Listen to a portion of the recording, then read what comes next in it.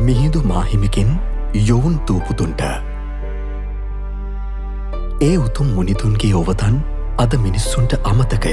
පළමුවෙන් උන්වහන්සේ අපේ මේ සුන්දර දිවයිනට වැඩම කරද්දී මෙහි වඩින්නට අහස්යානා හෝ නෞකා හෝ තිබුණේ නෑ. සැබැවින්ම ඒ මහා මුනිවරුන් හට එය අවැසි වුණෙත් නෑ. දියුණු කරගත් ඉර්දි බලයෙනුයි උන්වහන්සේලා මෙහි වැඩම කළේ.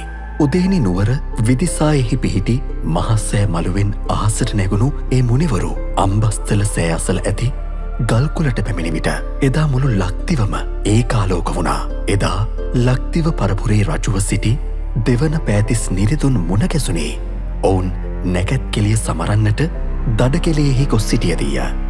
දෙවියන් හා කතාබස් කොට මුවෙකුගේ විසින් දෙව්පුතෙකු එවන ලද්දේද ඒ ශාක්‍ය පුත්‍ර මුනිවරයාණන් විසිනි. තිස්ස කියා රජු අමතද්දී රජු තැතිගත්තා. නමුත් ධර්මරාජ වූ ලෝකනාථයන්ගේ ශ්‍රාවක වූ සමන පුතුන් වනාහි අපි වෙමුයි කී කල්හි රජු සතුටු වුණා. අඹ පැනය ඇසූ වේලෙහි රජු පිළිවදන් දුන් අයුරු සැබැවින්ම අසිරිමත්ය.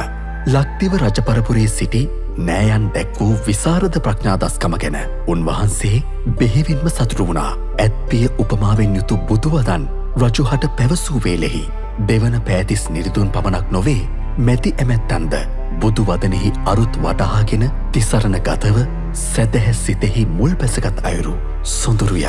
ලෝකනාථයන් වහන්සේගේ අසිරිමත් සිරි සදහම් එකිනෙක පෙන්වා දෙද්දී එදා ලක්දිව මුතුන් මිත්තන් විස්මිත සොම්නසකින් යුතුව එය ඇසූ අයුරු අතිමනරම්ය. අගබිසෝ අනුලාවන් ඇතුළු ඒ කෝහමල ස්ත්‍රීන් සැනකින් මගඵල ලැබූ අයුරුද ඉතා සුන්දරය. මහජන මුළුවට දහම් දෙසනු පිණිස සකස් කෙරුණේ ඇත් හලය. ඔවුනට දිව්‍ය විමාන ගැන විමානවත්වෙන් බණ කියද්දී දුක්පිරි ප්‍රේතලොව ගැන පේතවත්වෙන් බණ කියද්දීත් ආර්ය සත්‍ය නොදැන යන සසර ගමන ගැන ඔවුන් පියෙන් සලිතව කියා ඉක්පිති සත්‍ය සංයුක්තය නම් බුදුවදන් පවසද්දී ඔවුන් මගඵල ලැබුවේ දස දහස් ගණනෙනුයි.